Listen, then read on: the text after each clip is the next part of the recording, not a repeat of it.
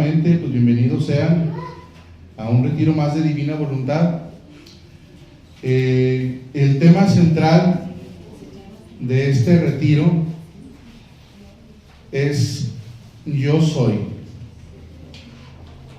Entonces, esta frase de yo soy, ya completa, yo soy el que soy,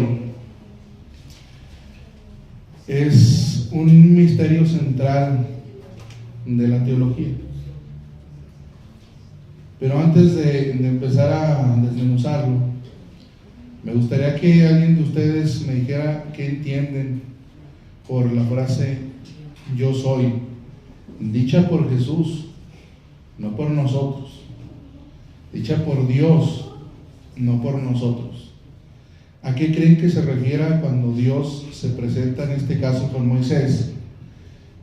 Y la manera de presentarse es precisamente diciéndole yo soy el que soy. ¿Qué se imaginan? ¿Tienen alguna idea? ¿O ha sido así como que, pues su historia, parte de la cultura bíblica? Miren, como que en Él está el todo. En Él está el todo, exactamente. Hay una diferencia entre el ser por esencia y el ser por participación. Todo el centro de la divina voluntad, para que nosotros participemos de la divina voluntad, es precisamente así, por una participación.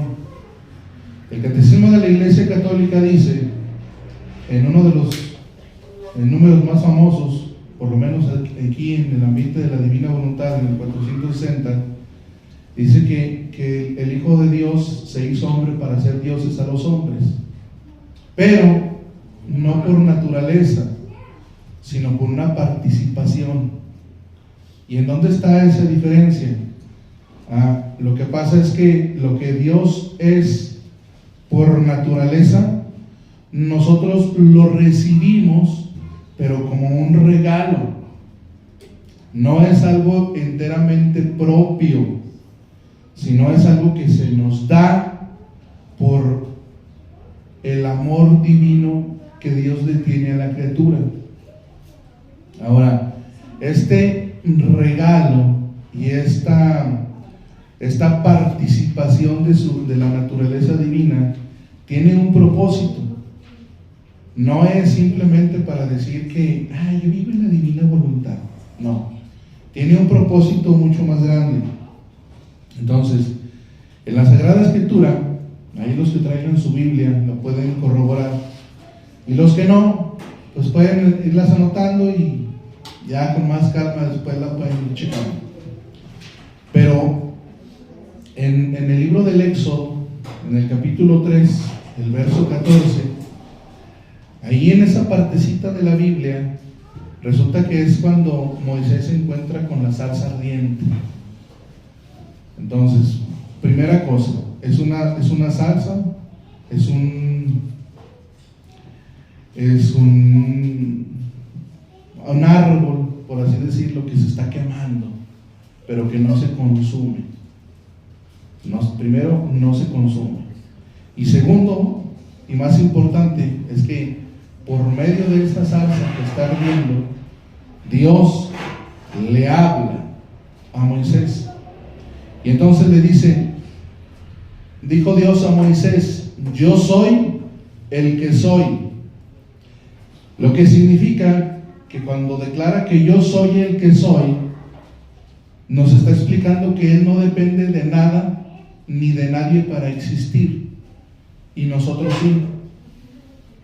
Ustedes, por ejemplo, yo también lo hago así, todos cuando nos presentamos con alguien decimos, yo soy Adonai, soy administrador, o soy parte de la seguridad de un lugar, o soy pastelero, o soy ama de casa, o soy cualquier título que usted se quiera poner. Estoy estudiando. Entonces, si ustedes se fijan, nosotros decimos lo que somos, pero a nosotros nos define algo externo. algo que no es connatural en nosotros. O sea, no nacimos nosotros siendo arquitectos, ni tampoco panaderos, ni tampoco amas de casa, no nacimos siendo nada de eso. Lo fuimos adquiriendo y alguien más nos lo dio. De hecho, el ser humano no tiene nada propio. Pónganse a pensar un poquito y de manera natural, ¿qué somos o qué tenemos? Absolutamente nada. Todo lo que somos y todo lo que tenemos lo hemos ido consiguiendo a través de alguien más. Alguien más incluso me enseñó a ir al baño, alguien más incluso me enseñó a hablar, por alguien más aprendí las tablas, por alguien más aprendí a vender, por alguien más aprendí a conducir. O sea, alguien más siempre me dio algo para comenzar a definirme. Y ahí está el gran mal de toda la voluntad humana. El mal de la voluntad humana está en el hecho de que la voluntad humana quiere o pretende ponerse en el puesto del juez Dios y comenzar a juzgar absolutamente todo.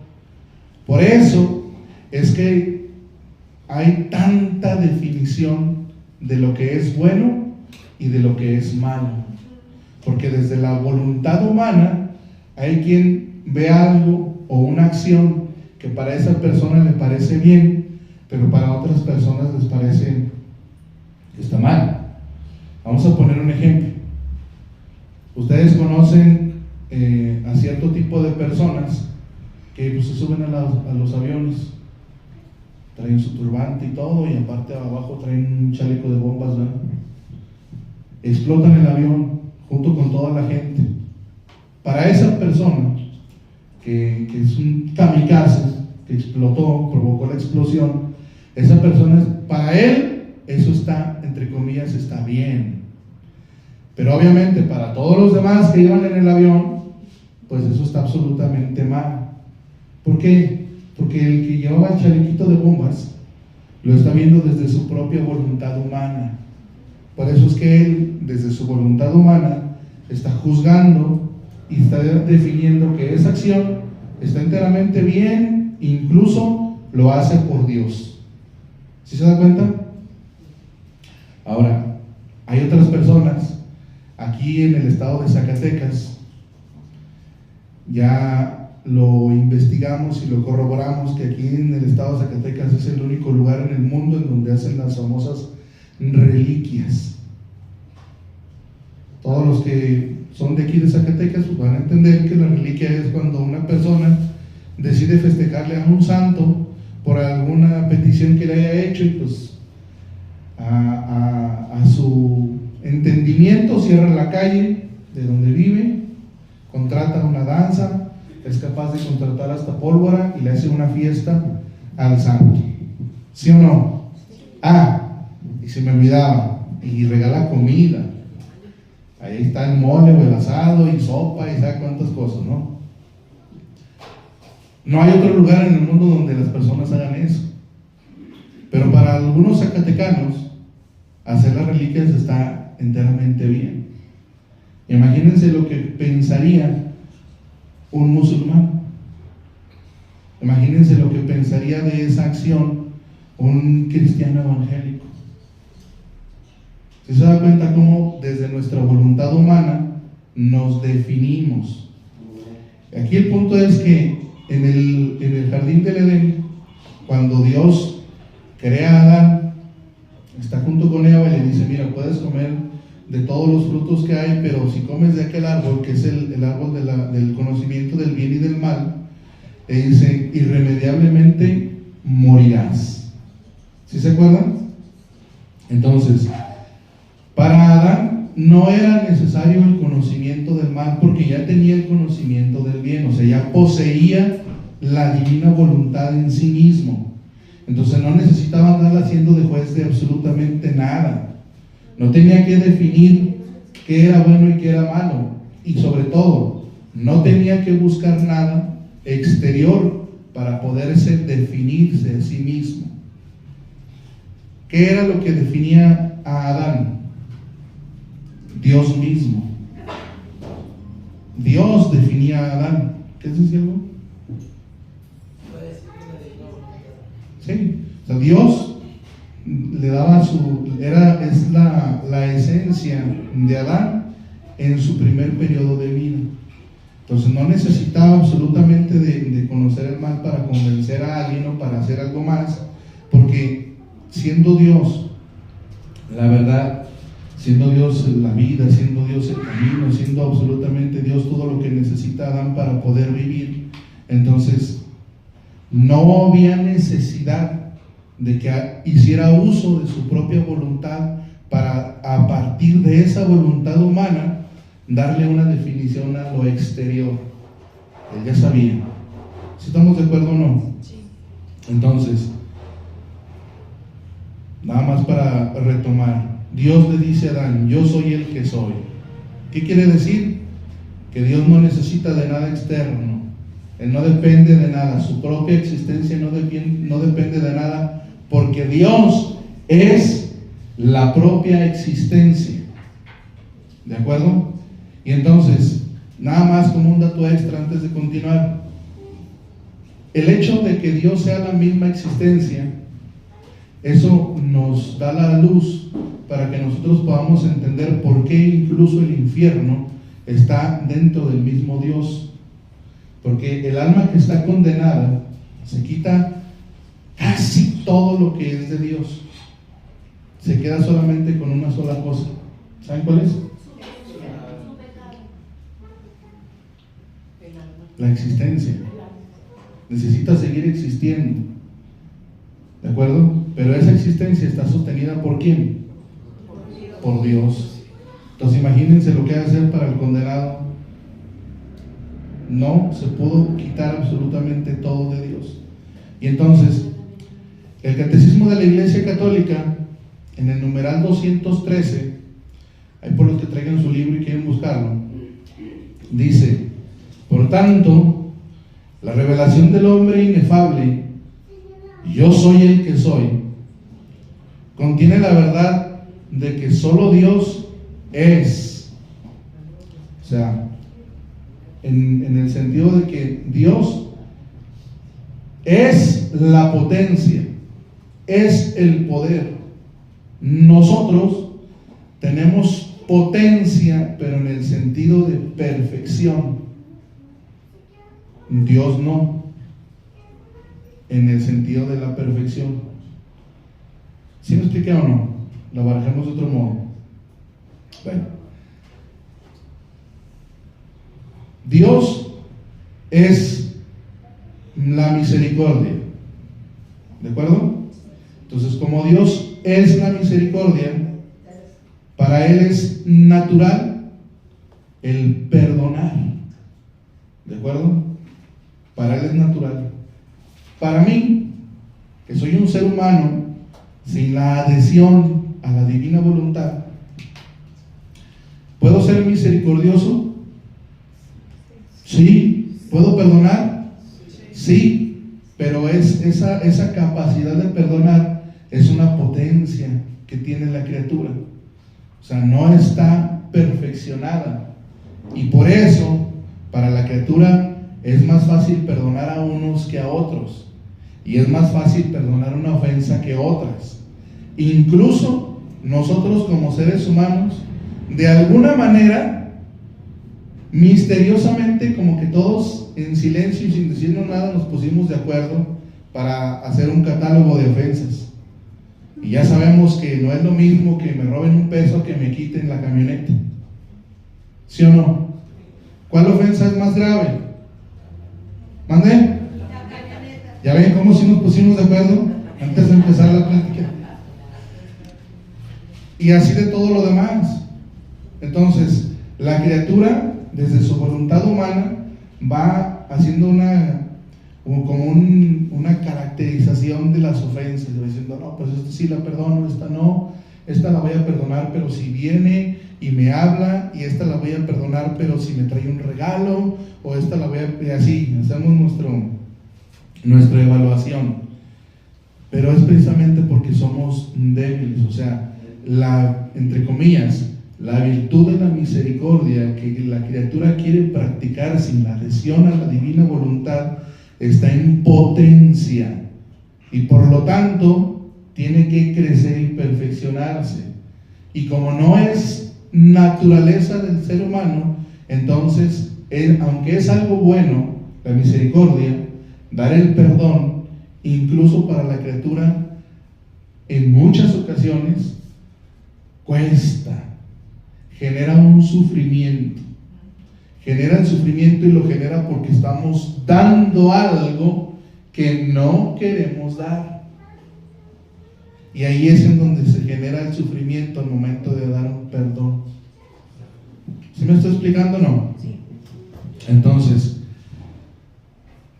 yo soy el que soy contiene la verdad de que solo Dios es.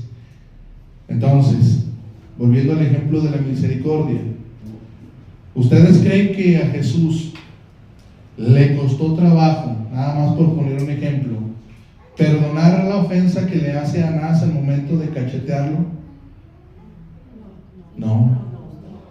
Y si yo le hiciera una cachetada así con esta santa mano, ¿me la perdonarían? Pues quién sabe, ¿verdad? Sí, pero pues, tendría que hacer mis méritos, ¿verdad que sí?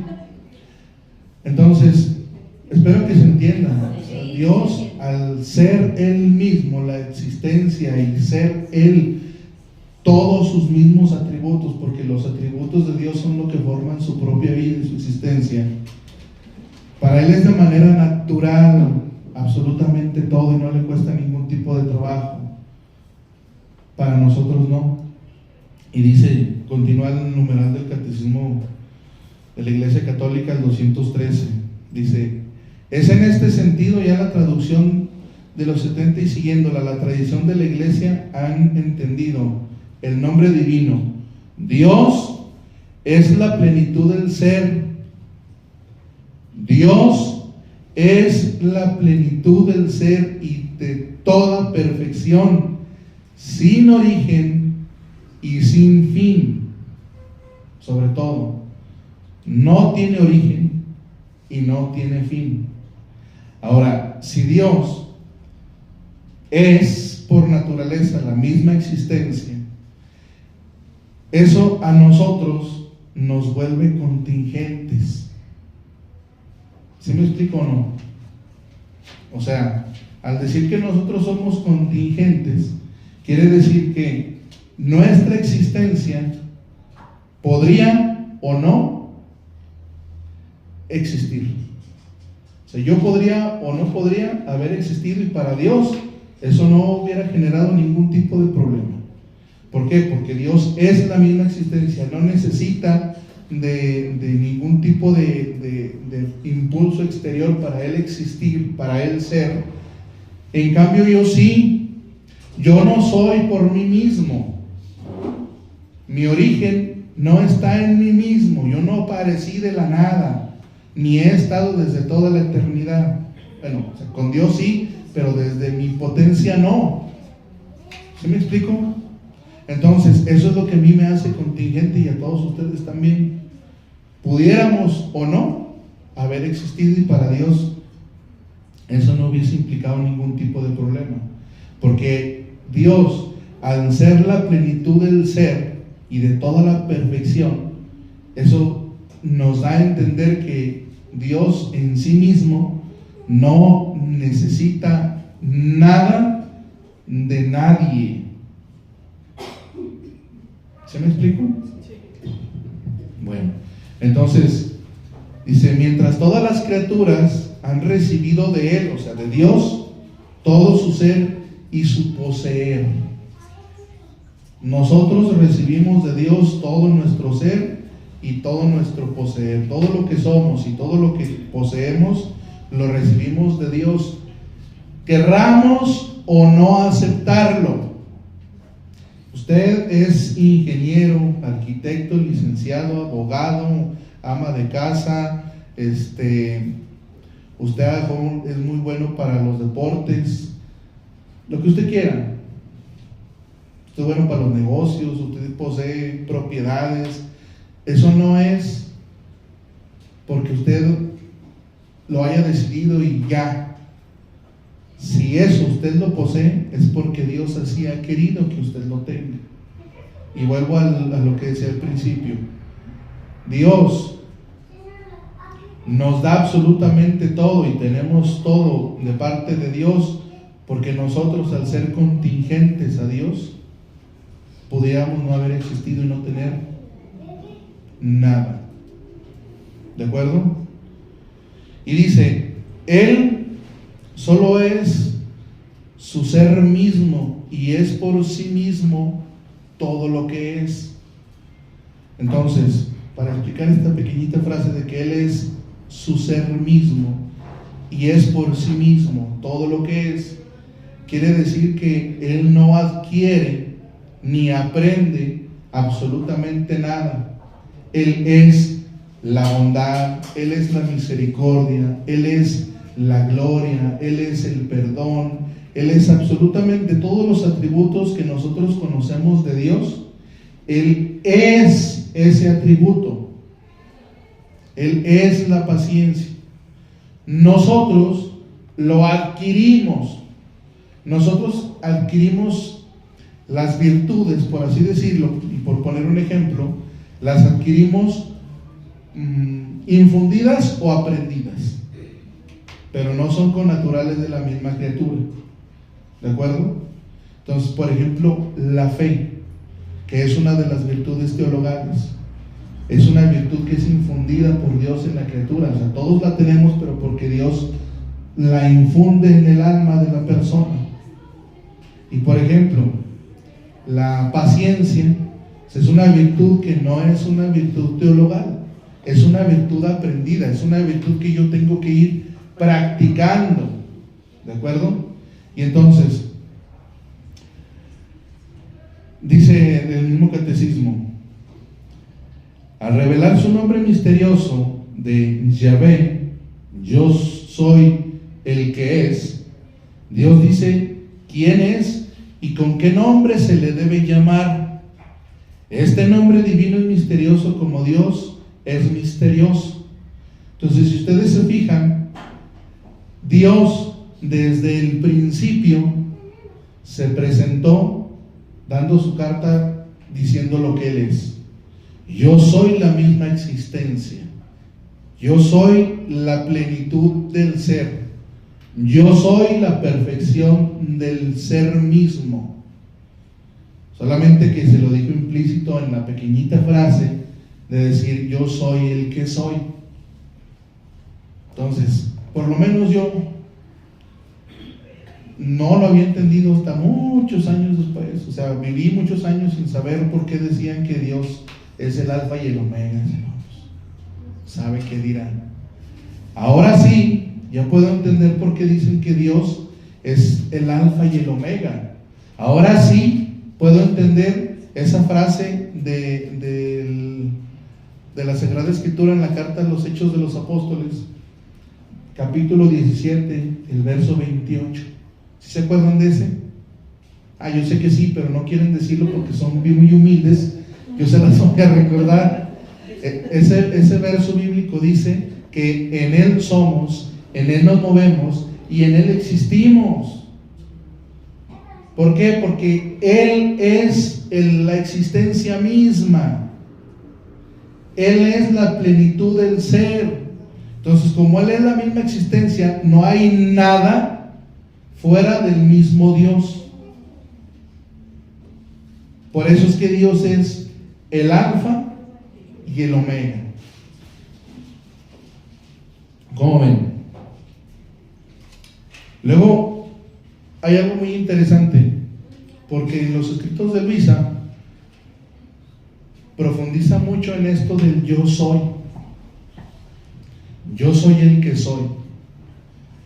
Pero Jesús se lo va explicando a Luisa de una manera muy sencilla y tan simple que por el hecho de ser tan simple muchas veces lo pasamos desapercibido, y ahorita van a ver que sí.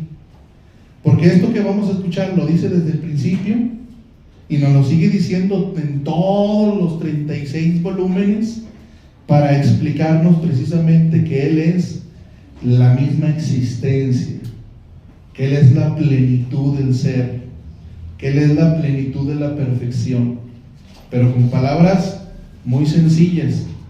Entonces, acuérdense, Dios es la misma existencia. Nosotros dependemos de Dios. Y entonces Dios utiliza una frase, una palabra para definir a la criatura. ¿Sí se acuerdan cuál es esa palabra que Dios, que Jesús utiliza para definir a las personas, para definir a la criatura? ¿O no? Si se acuerdan. Miren, Dios, ya dijimos, Él dice, yo soy el que soy, yo soy la misma existencia. Si Dios es la misma existencia, entonces la criatura, al ser contingente a eso, ¿qué viene a ser? ¿Cuál es su definición? Si es todo lo contrario de Dios, dependiendo absolutamente del mismo Dios. Pero dígalo fuerte, la nada. Dios se la pasa diciéndole a la criatura que tiene que llegar al reconocimiento de su nada. O sea, muy lindo Jesús al decirme, tienes que llegar al reconocimiento de tu nada. Me lo está diciendo de manera muy amable. Me dice, tú eres nada. Y eso es algo que muchos de nosotros incluso utilizamos. Vamos a fundirnos en la divina voluntad y que decimos, soy nada, Dios es todo.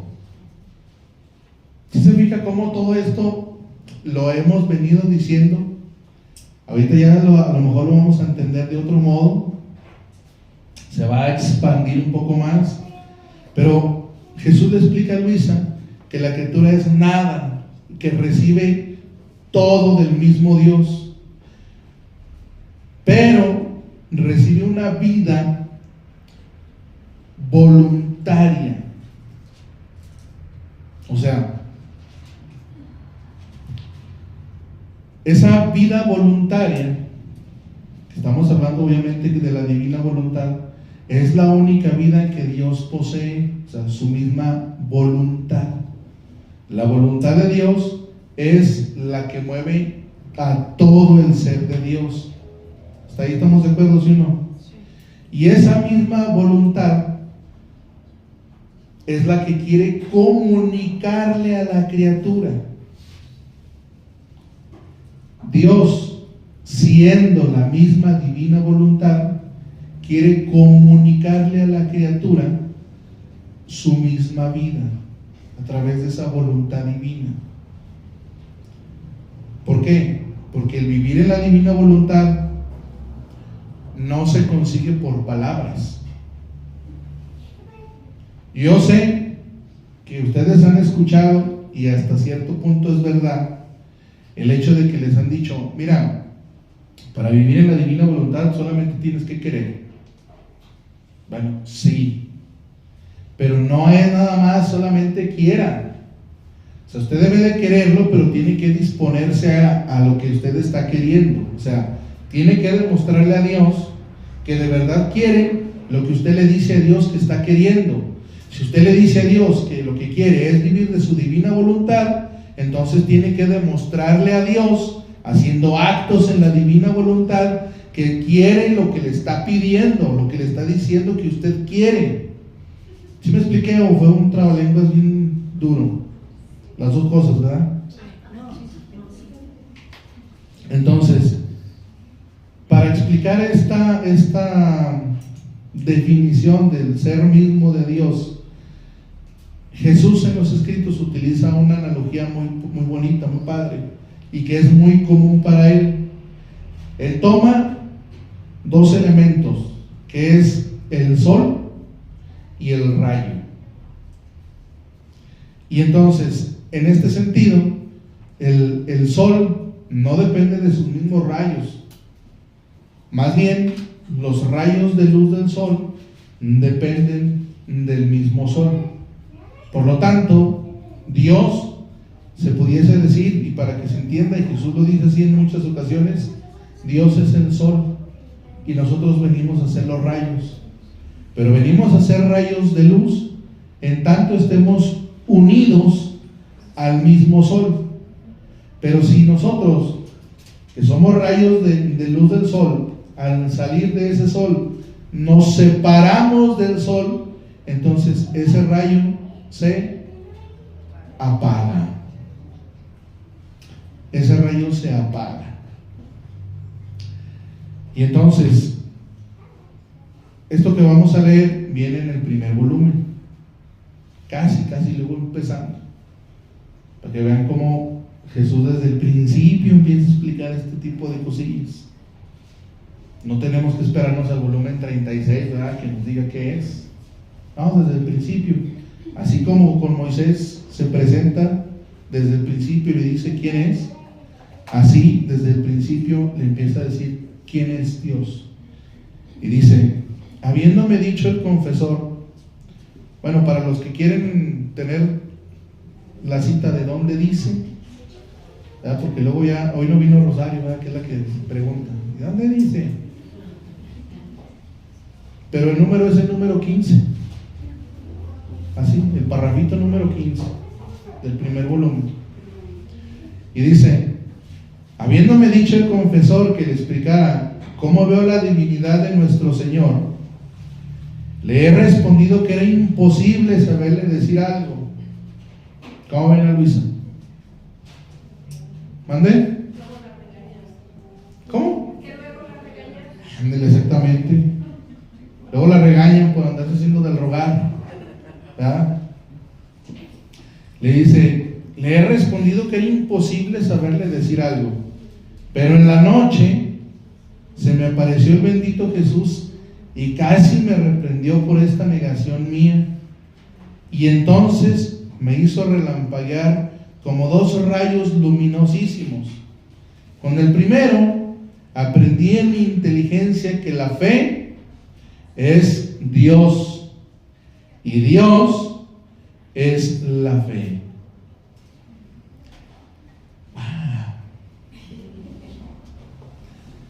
No, sí. ¿Por qué? Porque resulta que hace un momento estábamos diciendo que la fe es una virtud infundida por Dios. Y ya hay lecturas en los escritos del cielo, cuando Jesús empieza a hablar de la creación del hombre, Él dice que con un aliento suyo le infunde la vida natural al cuerpo y con otro se infunde a sí mismo en el interior de la criatura. Entonces nosotros tenemos siempre a Jesús en nuestro interior. Usted quiera o no quiera, ahí está. Y ya, bueno, son otros 20 pesos como lo tengamos, ¿verdad? Porque hay quien tiene a Jesús de manera gloriosa y hay quien tiene a Jesús de manera penante. Ya cada quien decide cómo quiere tener a Jesús en su interior. Pero bueno, eso ya es otro tema. Entonces, comprendí en mi inteligencia que la fe es Dios y Dios es la fe. Ya intenté decir alguna cosa sobre la fe. Ahora trataré de decir cómo veo a Dios, y este fue el segundo rayo. Ahora, mientras me encuentro fuera de mí misma y encontrándome en lo alto de los cielos, me ha parecido ver a Dios dentro de una luz, y Él mismo parecía también luz, y en esta luz se encontraba belleza, fuerza, sabiduría, inmensidad, altura, profundidad sin límites ni confines. Así que también en el aire que respiramos es Dios mismo que se respira. Es Dios mismo que se respira. Así que cada uno lo puede hacer como vida propia, como de hecho lo es. El punto está en que nosotros tenemos como natural el respirar, el tomar agua, por así decirlo, pero que este tipo de cositas nos parecen una cosa de nada. O sea, como si Dios nos las hubiese dado para satisfacer una necesidad física o biológica del cuerpo. Pero hay lecturas en los escritos de Luis en donde dice que Él hace la cosa creada, o sea, la crea para la criatura, pero dice, pero no le doy la oportunidad de ser la misma cosa creada, de darle a la criatura lo que la cosa creada le proporciona, sino que Él se pone en la cosa creada para hacer Él a través de la cosa creada que se da a la misma criatura. Y eso, que quede muy claro, no es un panteísmo, ¿de acuerdo? No es que la cosa creada sea Dios, sino que Él pone su divina voluntad en la cosa creada para llegar a través de la cosa creada a la criatura. Pero cuando la criatura, en este ejemplo, respira o toma agua y no toma en cuenta que es la misma divina voluntad que usa el agua o el aire para llegar a mí, entonces lo que hace la criatura es que toma la pura cáscara, o sea, todo lo superficial de la cosa creada lo toma solamente para satisfacer una necesidad física, pero su necesidad, y más importante, que es la espiritual, no la sacia. Entonces la criatura queda en ayunas. Y si la criatura está en ayunas durante mucho tiempo, ¿qué pasa? Se muere. Entonces hay muchos que parecen como zombies. Están como los pescados. Están muertos pero con los ojos abiertos. ¿Sí? Entonces, y dice, así que ninguna cosa le escapa y ninguna le puede escapar. Esta luz parece que sea toda voz sin que hable, toda obrante mientras siempre reposa, se encuentra por todas partes sin estorbar en nada, y mientras se encuentra en todas partes, tiene también su centro. Oh, cómo eres incomprensible. Te veo, te siento, eres mi vida, te restringes en mí mientras quedas siempre inmenso y nada pierdes de ti. Sin embargo, me siento balbuceante y me parece no saber decir nada. ¿Cómo es que Dios se expande, pero al mismo tiempo tiene su centro? Y si Dios tiene un centro, ¿en dónde está ese centro? A ver, que alguien me explique. Está muy fácil. El centro es el alma que vive en la divina voluntad, y de ahí comienza a expandirse. Pero imagínense que Dios es como un globo, que al momento de inflarse, ¿cuál es el centro del globo? ¿Mande? No, por ahí está entrando el aire, pero el centro, ¿cuál es? Si el globo se está expandiendo todo, ¿no? Todo el globo, todo el globo es el mismo centro. Al mismo tiempo que se está expandiendo, cada partecita que conforma el globo viene a ser el centro de Dios. Entonces imagínense que la criatura, viviendo en la divina voluntad, es como ese globo. Vamos a suponer que todos ustedes viven en la divina voluntad, entonces todos ustedes son el centro de Dios y al mismo tiempo la expansión del mismo Dios. ¿Sí me expliqué? Así de fácil y de sencillo. Y entonces dice, para poderme explicar mejor según nuestro lenguaje humano, como que Luisa dijo, nah, esto está muy elevado, mejor lo platicamos más pueblo. Dice, diré que veo una sombra de Dios en todo lo creado, porque en todo lo creado, donde ha arrojado la sombra de su belleza, donde sus perfumes, donde su luz, como en el sol, donde yo veo una sombra especial de Dios. ¿En dónde ve la sombra especial de Dios? En el sol. Y dice, lo veo como delineado en este astro, que es como rey de los planetas. ¿Qué cosa es el sol? No es otra cosa que un globo de fuego. Uno es el globo, pero muchos son los rayos. De modo que entonces podemos comprender fácilmente. Número 1, el globo es Dios. Los rayos, los inmensos atributos de Dios. Y número 2, el sol es fuego. Pero al mismo tiempo es luz y calor. Así que la Santísima Trinidad está representada en el sol. El fuego es el Padre. La luz es el Hijo. Y el calor es el Espíritu Santo. Pero uno es el sol. Entonces, ahora, cada vez que reciba un golpecito de calor de parte del solecito, sienta que es un abrazo de la Santísima Trinidad. En lugar de andar renegando, qué calor, qué duro golpea. No, es la misma divina voluntad que a través de la luz, el calor y del fuego del mismo sol está queriendo llegar a cada uno de ustedes.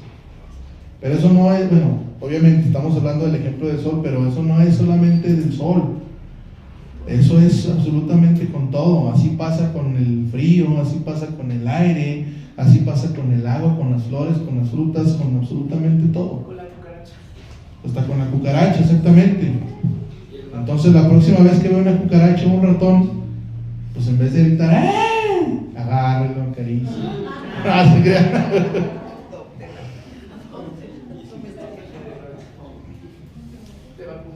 Entonces dice, pero uno es el sol. Y así como no se puede dividir el fuego de la luz y del calor, así una es la potencia del Padre, el Hijo y del Espíritu Santo, que entre ellos no se pueden realmente separar. Se forman una unidad, los tres son un mismo Dios. ¿De acuerdo? No hay separación entre el Padre, el Hijo y el Espíritu Santo. Dice, y así como el fuego en el mismo instante produce la luz y el calor, así que no se puede concebir el fuego sin concebirse también la luz y el calor. Así no se puede concebir al Padre antes que el Hijo y del Espíritu Santo, y así recíprocamente tienen los tres el mismo principio eterno. ¿Cómo ven? Sí, pues sí, suena muy lógico. Pero para la mente humana, esto muchas veces como que le causa un poquito de fricción. ¿Por qué? Porque fíjense, nos dice, así no se puede concebir al Padre antes que el Hijo.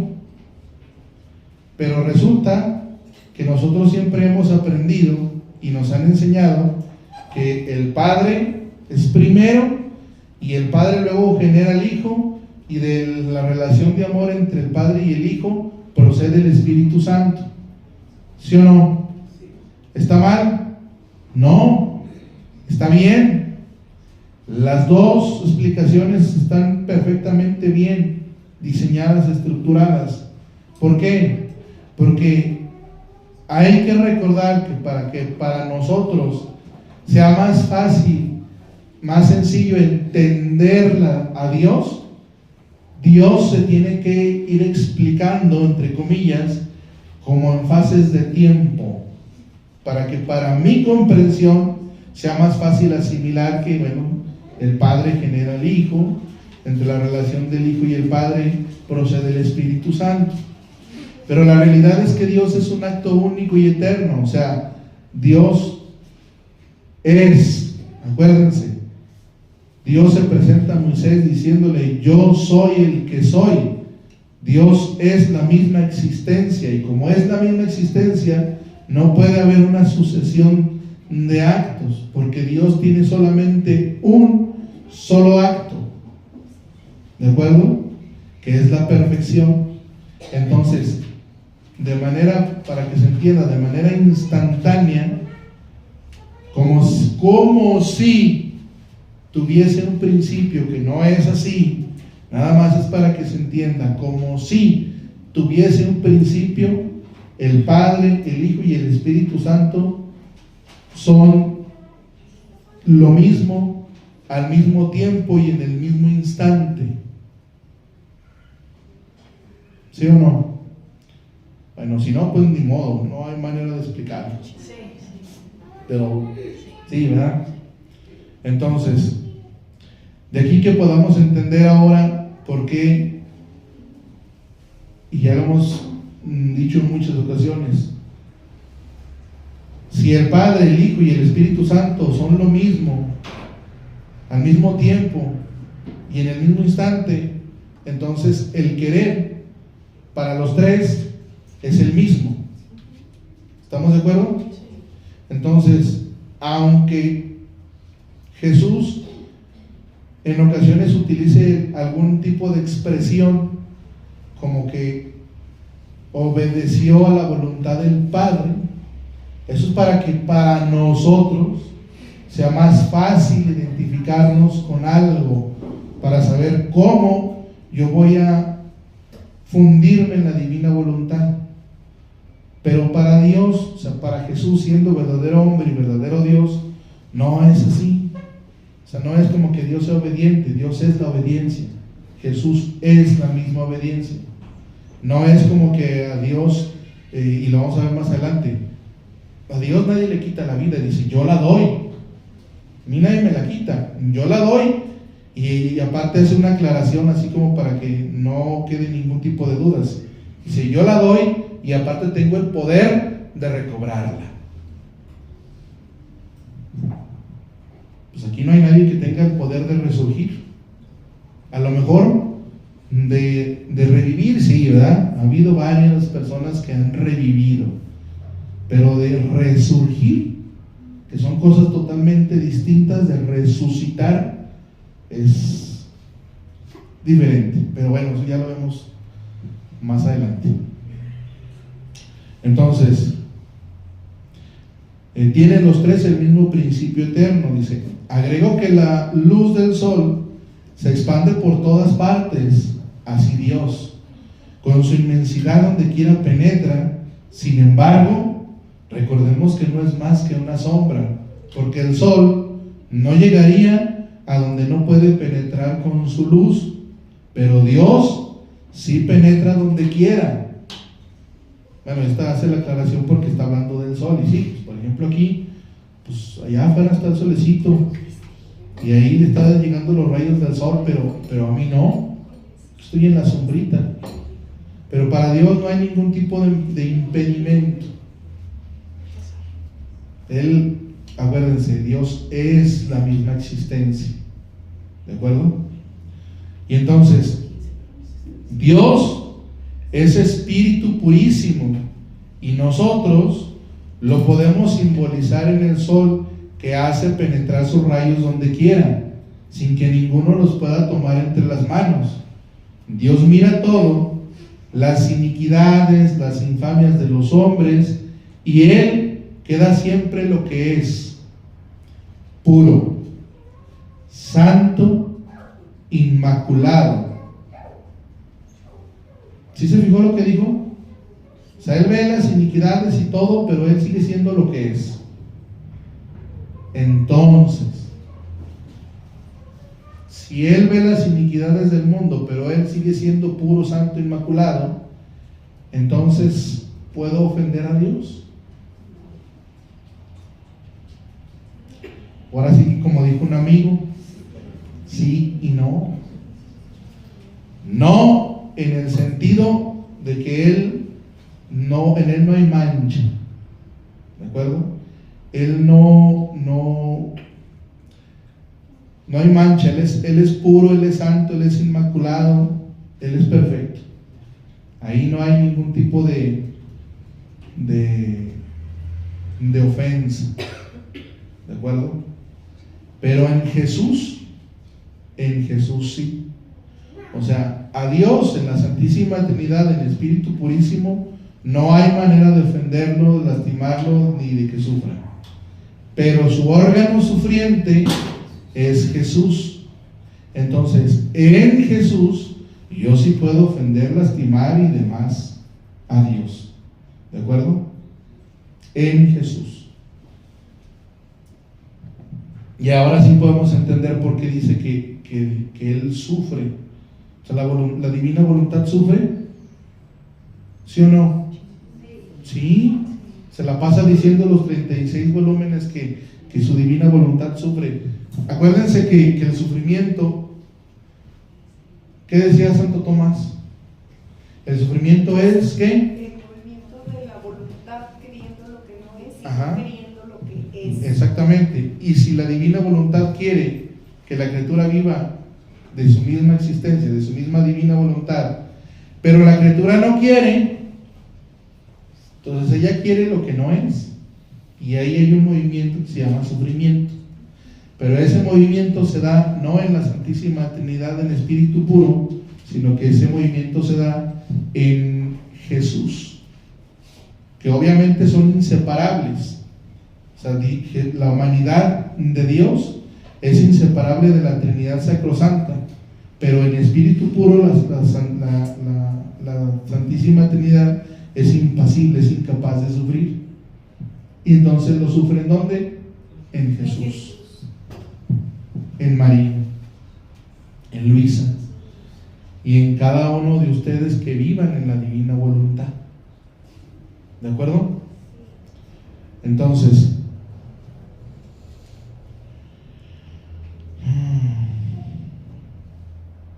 dice, sombra de Dios es el sol que manda su luz sobre las inmundicias y queda inmaculado, expande su luz en el fuego y no se quema, en el mar, en los ríos y no se ahoga, da luz a todos, fecunda todo, da vida a todo con su calor y no empobrece de luz ni pierde nada de su calor. Y mucho más, mientras hace tanto bien a todos, Él de ninguno tiene necesidad y queda siempre lo que es. Implícitamente nos está diciendo, mi rey, mi reina, usted es contingente, usted pudo no haber existido y yo sigo igual, yo soy la misma existencia. Yo me doy a ti, pero sin disminuirme, porque siendo yo la plenitud de la existencia, no hay manera que se merme. No hay manera. Entonces, imagínense ustedes, han de tener en sus cuentas bancarias muchísimo dinero, pero si ustedes empiezan de dadivosos y empiezan a donar, a regalar su dinero, muy posiblemente esa cuenta bancaria empiece a bajar, se empiece a mermar. Pero Dios, siendo Él la misma riqueza, por así decirlo, si Él tuviera que dar dinero, empieza a dar sin disminuir absolutamente nada. Entonces, eso con el dinero, pero con la bondad. Vamos a poner el ejemplo de la paciencia. Si ustedes quieren practicar la virtud de la paciencia, y obviamente sin estar unidos a la divina voluntad, a lo mejor ustedes no, porque ustedes son muy santas, pero puede ser que hayan escuchado de alguien más decir la siguiente frase: se me está acabando la paciencia, ¿eh? Tú sabrás, ¿verdad? Me está acabando. Entonces, esa frase que ustedes no han dicho, pero que seguramente han escuchado a alguien más decir, no, refleja perfectamente el hecho de que incluso en la práctica de las virtudes nos mermamos. ¿Por qué? Porque por definición la virtud es un esfuerzo humano tratando de imitar los atributos divinos, y como ese esfuerzo, la fuerza se acaba y llega un punto en el que pues ya es insostenible convivir con Judas, y entonces me tengo que volver un soldado romano para justiciármelo. Pues qué más.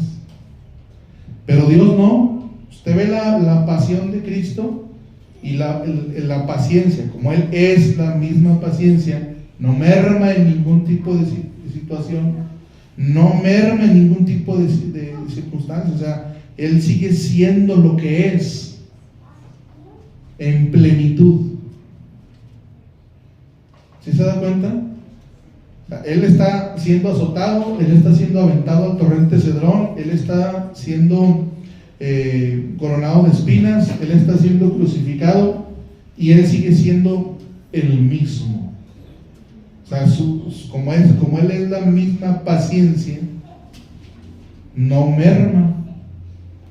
No hay un momento en el que de repente hago esto así, ¿por qué me pegas? No. Entonces, ahí está. ¿Qué más?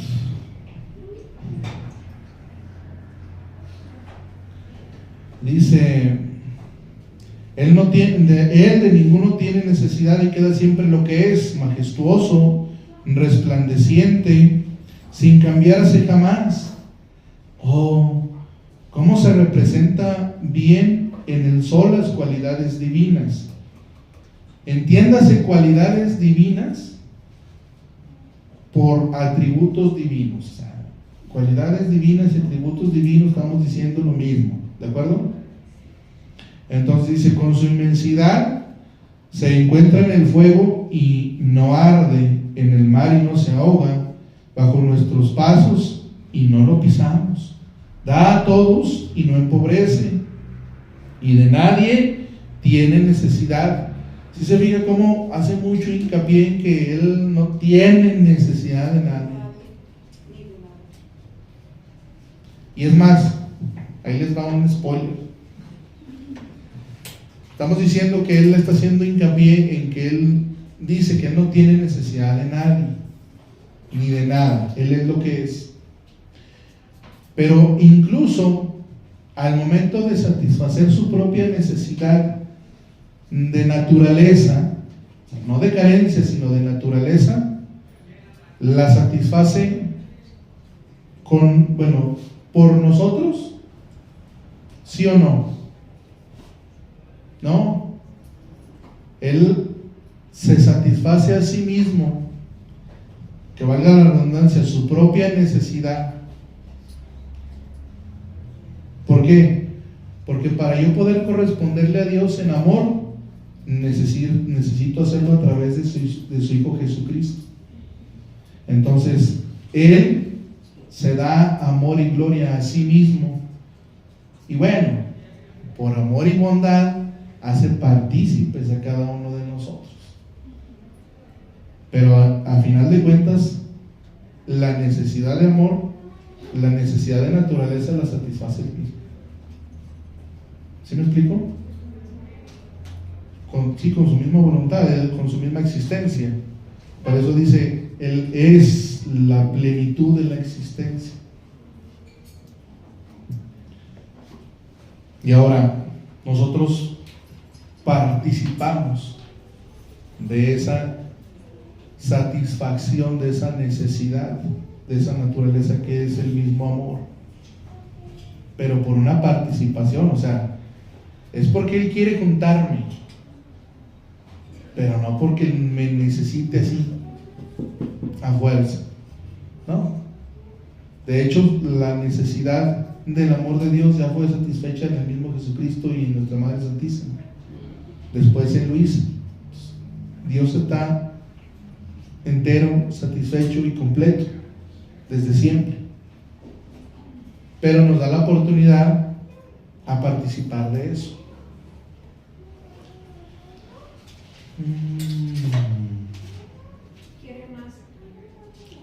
Quiere más, exactamente. Un día le dice Luis a Jesús, dice, qué mal negociante es. ¿qué mal negociante eres? Pues tú te das todo y tú recibes la nada de la criatura. ¡Qué chiste! Pues ahí donde está la ganancia. ¿Y qué dice Jesús? Dice, no, mija, es que tú no entiendes el interés compuesto. Dice, no, es que mira, la ganancia está precisamente en eso. La criatura, en el momento en el que se dona a sí misma a Dios, o sea, le da su nada a Dios, ¿gana o no gana? Sí, pero ¿cuántas veces ganó?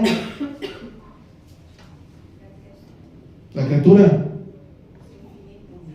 una vez, nomás una. Y Dios gana cada vez que la criatura hace un acto fundido en la divina voluntad. Entonces imagínense, empieza a hacer multiplicación, a ver si nos da un poco para eso. ¿Cuánto sería para Dios todos los actos que una criatura puede hacer en su divina voluntad, multiplicados por cada uno de ustedes que también hagan actos en la divina voluntad? O sea, la ganancia de Dios es infinita. Es infinita. Entonces, Dios siempre gana. No hay manera de que Dios pierda. Además perdió una vez, pero en la revancha ganó.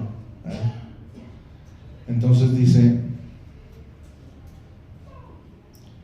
híjole, ya me perdí.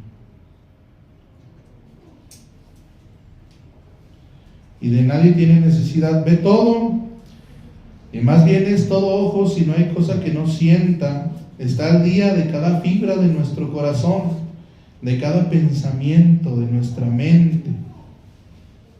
Fíjese lo que dijo, ve todo, más bien es todo ojos, y no hay cosa que no sienta. Está al día de cada fibra de nuestro corazón, de cada pensamiento de nuestra mente. Siendo espíritu purísimo, no tiene ni oídos ni ojos, y pase lo que pase, no cambia jamás.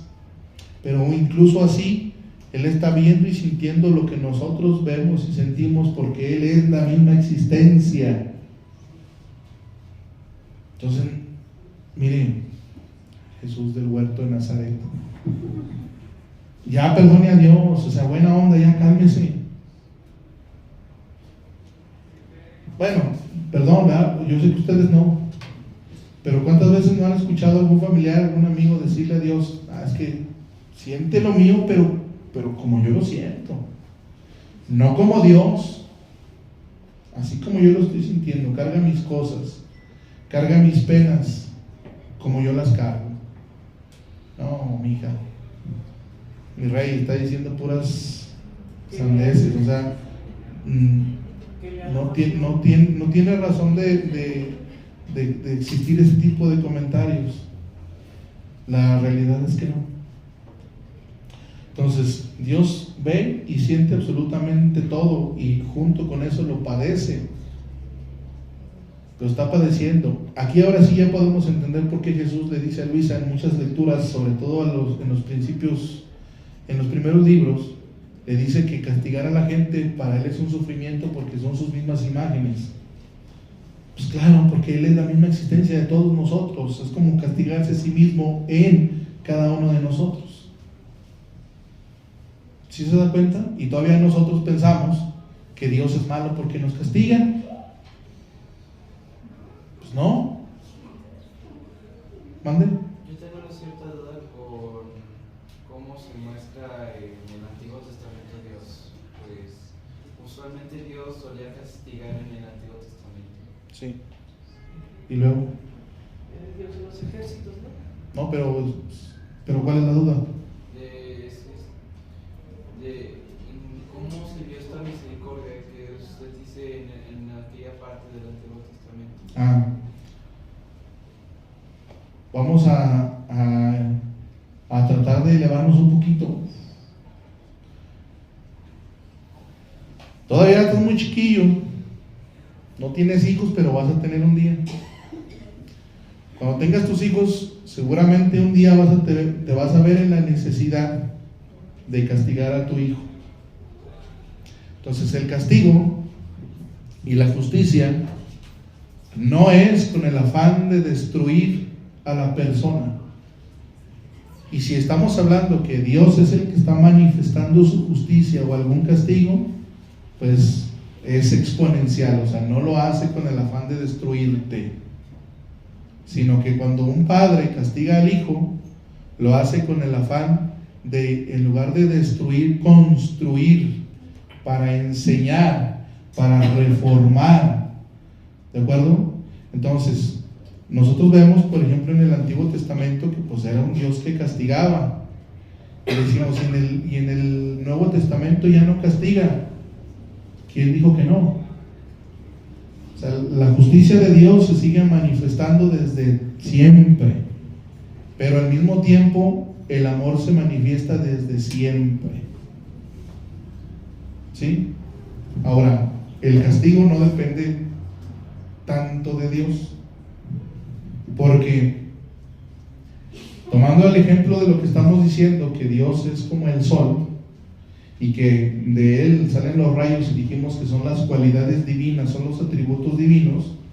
Entonces, de Dios, que es el sol, salen los rayos del amor, de la justicia, de la misericordia, de la paciencia y de todo lo que tú quieras. Entonces, pero Dios es el que es, o sea, Dios no cambia, Dios es la misma existencia. ¿Estamos de acuerdo todavía? Bueno, entonces, como Dios es la plenitud del ser, para Él es imposible dejarse llevar por un atributo de Él mismo, porque si Él se deja llevar por uno de sus atributos, eso implicaría que Él es más justicia y menos amor. ¿Se me explico? Y eso en Dios no puede ser. Vuelvo al mismo ejemplo. Dios se presenta con Moisés diciéndole: yo soy el que soy, yo soy la misma existencia, yo soy la plenitud del ser, yo soy la perfección de la existencia. Entonces, como es la perfección de la existencia y Él es inmutable, el rayo de la justicia está saliendo de Dios así. Imagínate lo que está cayendo aquí. Y entonces, si la criatura hace actos que están fuera o que están desunidos de la gracia, que son malos, obviamente la criatura se para debajo del rayo de la luz de la justicia, pero la criatura solita. Está la justicia, ¡pum! ¿Y qué hace la justicia? Pues castiga. Pero en ese mismo instante, Jesús, o Dios, para que se entienda, está desplegando el rayo de justicia, pero esa justicia al mismo tiempo es amor. Porque en otra lectura de los escritos de Luisa dice que el ser de Dios, la vida de Dios, es el conjunto de todos sus atributos, unidos por el amor y movidos por su voluntad, de tal manera que todos los atributos que salen del mismo Dios, a fin de cuentas, resultan ser amor, porque es el anillo que los une o que los contiene. Y al salir de ahí, justicia es justicia de amor, porque es el anillo de conjunción, ¿de acuerdo? Y está movido por su voluntad. Y entonces, el ejemplo más claro es Nínive. Era un pueblo en el Antiguo Testamento que iba a ser destruido, y mandan a un profeta para que les diga: hey, compas, si no se acomodan, adiós, ya mejor despídanse porque aquí se acaba. ¿Y qué pasa? Dice el Antiguo Testamento, dice la historia, que Dios se había arrepentido de Nínive, y luego dice que después se arrepintió del castigo que le iba a dar a Nínive. Pero no es como que Dios cambie de parecer, sino que más bien es el pueblo de Nínive que cambia de su actitud de una a otra, y al momento de convertirse, el mismo pueblo de Nínive, de estar debajo del rayo de la justicia de Dios, se pone debajo del rayo de la misericordia, y entonces es perdonado. Y eso, en la actualidad, pues nos ha pasado a todos. Caemos en algún pecado y estamos debajo del rayo de la justicia. Pero cuando tú te acercas al sacerdote y recibes el sacramento de la reconciliación, tienes tu absolución, haces tu penitencia, en ese momento te ubicas debajo del rayo del amor de Dios, del rayo de la misericordia. ¿Dios cambió contigo? No, tú cambias. Y así es como podemos entender a Dios en el Antiguo Testamento y ahora mismo. Si te das cuenta, Dios sigue siendo el mismo, nomás que ya no se manifiesta en una columna de fuego. ¿Se me explicó? Entonces, continuando con la lectura, ¿Cuál es? Disculpa. ahorita le digo. Es del párrafo 15 al párrafo 22 del primer volumen. Y entonces dice, siendo espíritu purísimo, no tiene ni oídos ni ojos, y pase lo que pase, no cambia jamás. ¿Cuándo cambia? ¿Cuándo pasa qué? Pase lo que pase, Dios no cambia. Él es lo que es. ¿De acuerdo? Dice, el sol, invistiendo al mundo con su luz, no se fatiga. Así Dios, dando vida a todos, ayudando y rigiendo al mundo, no se fatiga. Para no gozar más la luz del sol y sus benéficos efectos, el hombre puede esconderse, el hombre puede poner obstáculos, pero al sol nada le hace. ¿Por qué? Porque el sol sigue dando la luz. O sea, Dios sigue, de él siguen saliendo sus cualidades divinas siempre. El hombre es el que pone obstáculos. ¿Cuál es el obstáculo que pone el hombre? El pecado. Y nuestra voluntad, pero principalmente el pecado. Entonces, si te das cuenta cómo pues, todo depende de la criatura, no tanto del hombre, de Dios. Dios es lo que es. Y entonces dice, pero al sol nada le hace, permanece como es. El mal creará todo sobre el hombre. El mal caerá todo sobre el hombre. Así el pecador, con el pecado, puede alejarse de Dios y no gozar más sus benéficos influjos, pero a Dios nada le hace. Todo el mal es suyo. Y entiéndase, el hecho de decir alejarse de Dios no es en distancia. ¿De acuerdo? No es en distancia, no es que me ponga a 10,000 kilómetros de distancia de Dios, no. Es por el obstáculo que yo puedo tener o puedo poner, que es a través de ¿qué? Del pecado. Dice, pero el pecado a Dios no le hace nada. Él sigue dando de él siguen saliendo sus cualidades divinas, sus atributos. El mal queda ¿en dónde? En el hombre. Dice, también la redondez del sol me simboliza la eternidad de Dios, que no tiene ni principio ni fin.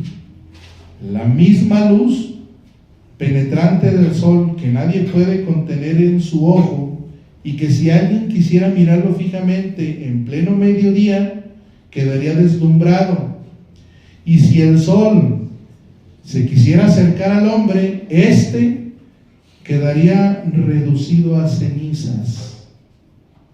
Así del sol divino, ninguna mente creada puede restringirlo en su pequeña mente para comprenderlo en todo lo que es. No hay nadie que pueda comprender a Dios en su totalidad. A gotitas, así como con un gotero, ahí vamos recibiendo de Dios y conforme nos vayamos disponiendo. Pero entero, imposible, no se puede. Dice, y si quisiera esforzarse, quedaría deslumbrada y confundida. Y si este sol quisiera hacer ostentación de todo su amor, haciéndolo sentir el hombre mientras está aún en carne mortal, el hombre quedaría incinerado.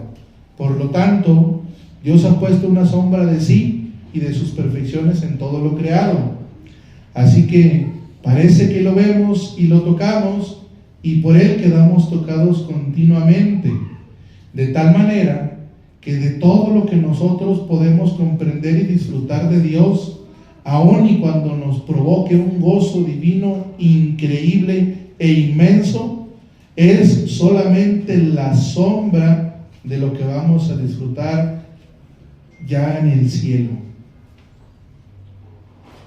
O sea, me faltan palabras para poder expresar. Ojalá me pueda explicar poquito, porque es, como mismo Jesús lo dice, es incomprensible a la mente humana.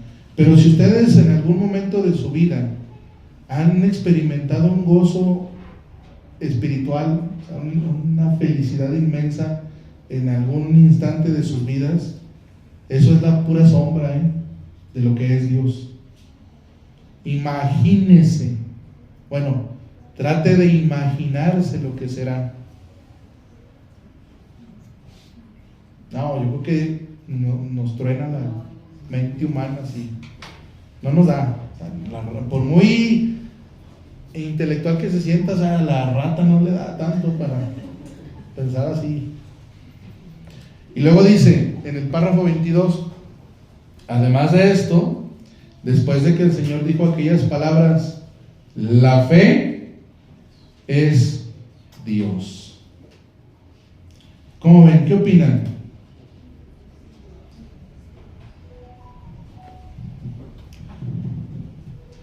Entonces, ¿cuál es la finalidad? Pues, la finalidad que Luisa, Jesús en Luisa, va escribiendo en el libro del cielo, es que el hombre vuelva al origen del yo soy, que deje el yo humano, porque el yo humano es limitado. ¿Qué dijimos? El yo de la criatura lo usamos para definirnos, pero nos definen cosas externas. Lo que debe definir al hombre es ¿quién? Es Dios. El yo soy divino. Hay una frase de San Agustín que ojalá que haga mucha resonancia en su interior, que le dice a Dios: nos hiciste, Señor, para ti, y nuestro corazón está inquieto hasta que descanse en ti. Nos hiciste, Señor, para ti, y nuestro corazón está inquieto hasta que descanse en ti. Entonces, ese es, según San Agustín, ese vacío que la criatura siente, ese movimiento por querer llegar a algo más, no es el título, no es lo económico, no es el reconocimiento, no es nada de eso. El alma está inquieta ¿por quién? Por Dios. Y va a descansar solamente ¿en dónde? En Dios. Porque Dios es su misma existencia.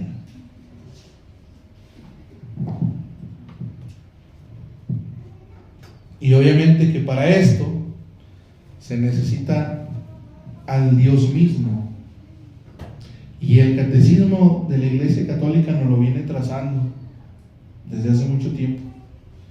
Ustedes que traen ahí su catecismo de la Iglesia Católica, pueden abrirlo en el numeral 150 y dice: la fe es ante todo una adhesión personal del hombre a Dios. Es al mismo tiempo e inseparablemente el asentimiento libre a toda la verdad que Dios ha revelado.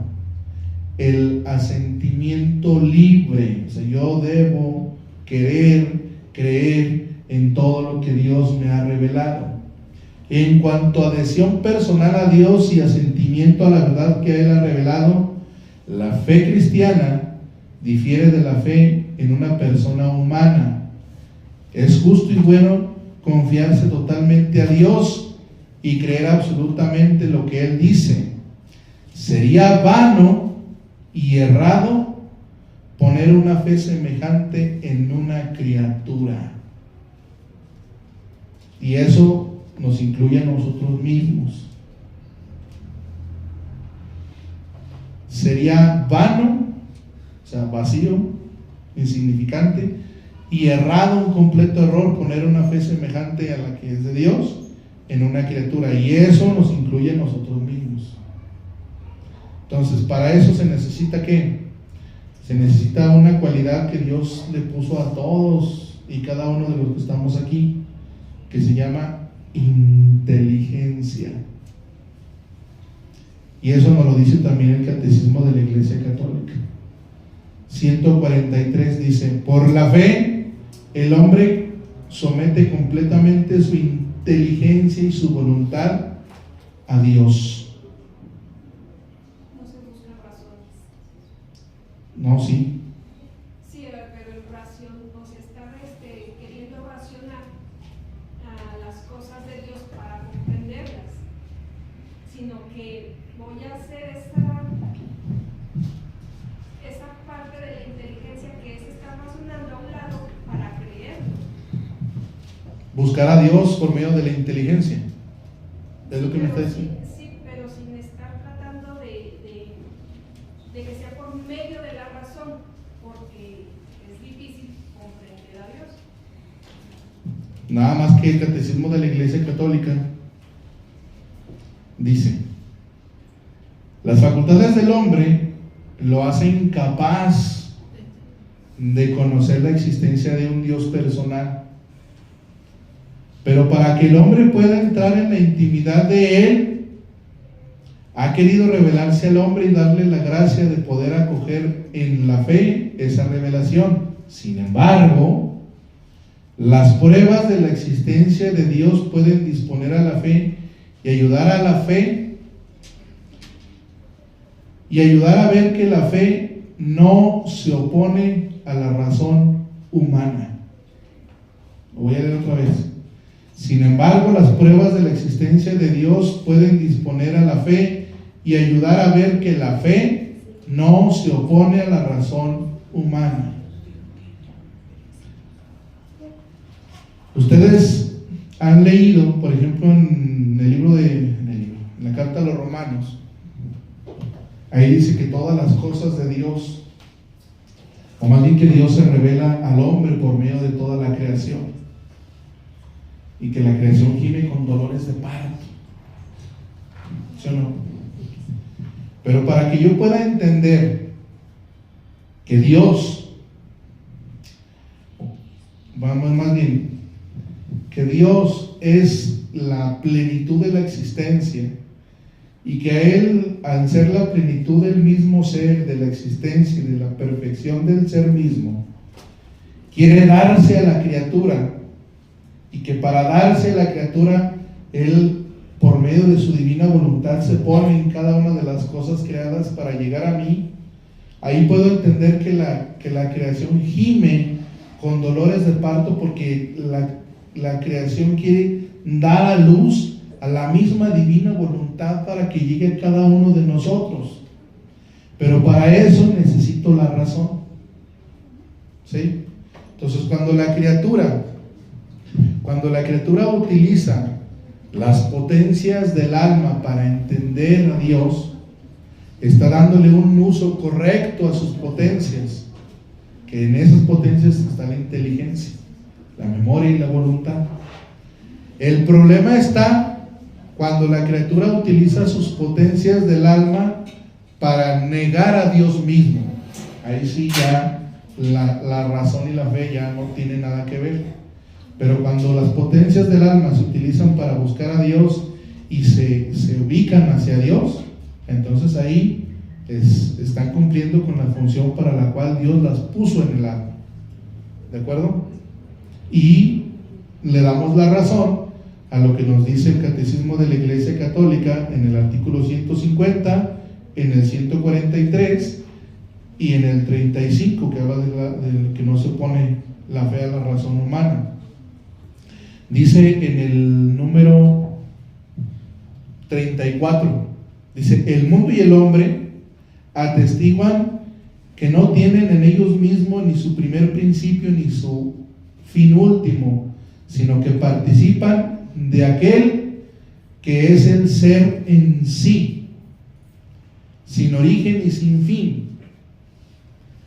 Por estas diversas vías, el hombre puede acceder al conocimiento de la existencia de una realidad que es la causa primera y el fin último de todo, y que todos llaman a Dios, dice Santo Tomás de Aquino.